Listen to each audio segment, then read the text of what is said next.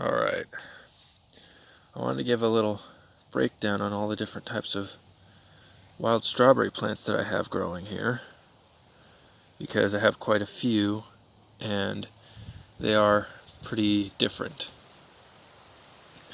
So this first one here is probably the most common one you're going to actually find, like looking online or researching or looking on seed catalogs. This is a woodland strawberry, also known by some people as the alpine strawberry.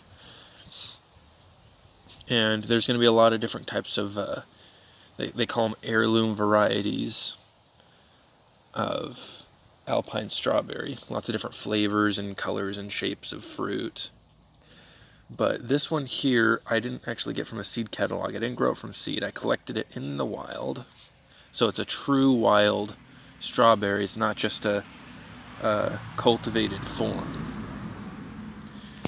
Next up, moving over here, I have one of my Virginia strawberries. This is the more common kind that you're going to find here in North America. And you see I got a couple fruit on here that are almost ripe. They're so close. They're starting to turn pink there, right around the tips there. So I'm really excited to try this one out. And this is the most common one that you're actually going to find in the wild here in the States. Next up, we've got the beach strawberry. You can really tell the difference because of how shiny, sort of glossy colored these leaves are.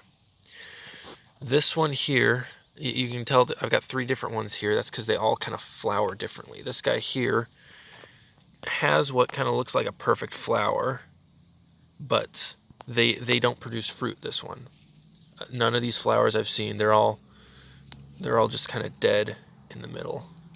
I can kind of show you. Just kind of dead in the middle.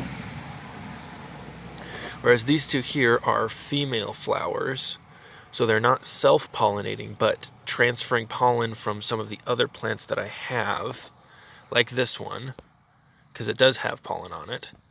I am starting to get, finally, fruit off of it. You can focus it here. I was having a problem for a while with this one where it would just, the seeds would kind of turn red, but the fruit wouldn't really develop. And I wasn't sure if they were just kind of dying out or what was going on, but I've left a couple on here and they're finally starting to develop, so that's what was actually happening. And so now I know to leave them all on. My fourth strawberry plant that I have that is wild, like I said, these are all wild. I've collected them all from out in the forests around the area. This one here is definitely on the unique side. It is, what's a good way of explaining it? So across the different wild species, they have different genetic codes that are more or less incompatible. In North America, we have two that are very compatible. The beach strawberry and the Virginia strawberry over there, these two, are very compatible. And on the West Coast, they have a habit of hybridizing. And so it's essentially the same as the garden strawberry. They're both the same type of hybrids between the Virginia and the beach strawberry. But this one happens natively in the wild. And it's very, very different from, you can see these guys over there, those huge guys over there, as well as these over here. These are modern garden strawberries. So they're hybrids of the Virginia and the beach strawberry. But they were developed, hundreds of years ago and crossbred ever since, compared to this guy, which has just kind of been off on its own. And this guy is just completely loaded with flowers and fruit on here. These ones here are very subpar quality speaking, and it could be because of some genetic issues with it. But this one over here, of these three that I have growing, this one here, the fruit so far look a little bit better on it, but we're still a ways from seeing what these guys look like when they're ripe. You can kind of see that there. It's the, how do you explain it? You guys ever seen a fruit where like you've got most of it's red, but then there's like a small crunched up like dark hard chunk to it?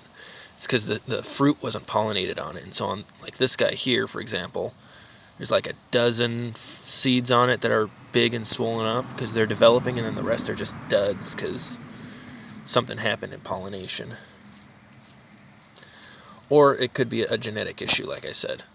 Across wild strawberry species, if there's genetic issues, they're not going to pollinate correctly either. You're going to have that same fruiting problem. But that's all the different wild strawberries I have. There's one more that I'm searching for, but at least locally. But I'm not going to be able to get it for a while still.